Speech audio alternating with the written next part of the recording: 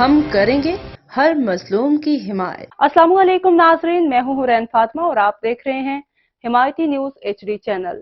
نظر ڈالتے ہیں آج کی اہم خبر پر۔ سردی کی شدت کے پیش نظر نگراں وزیر اعلیٰ پنجاب محسن نقوی نے تمام سرکاری اور نجی اسکولوں کی موسم سرما کی تعطیلات میں مزید ایک ہفتے کی توسیع کر دی ہے۔ ابتدائی اطلاعات کے مطابق وزیر اعلیٰ پنجاب کا کہنا تھا کہ پہلی جماعت کے بچوں کو مزید ایک ہفتے کی چھٹیاں دی گئی ہیں، جس کا باقاعدہ نوٹیفیکیشن جلد جاری کر دیا جائے گا۔ محسن نقوی نے آج لاہور کی چلڈرن ہسپتال میں ہنگامی اجلاس کے دوران کہا، ہر نزلہ زکام کی شدت کے باعث 10 میں سے 8 بچے نمونیا کا شکار ہو رہے ہیں۔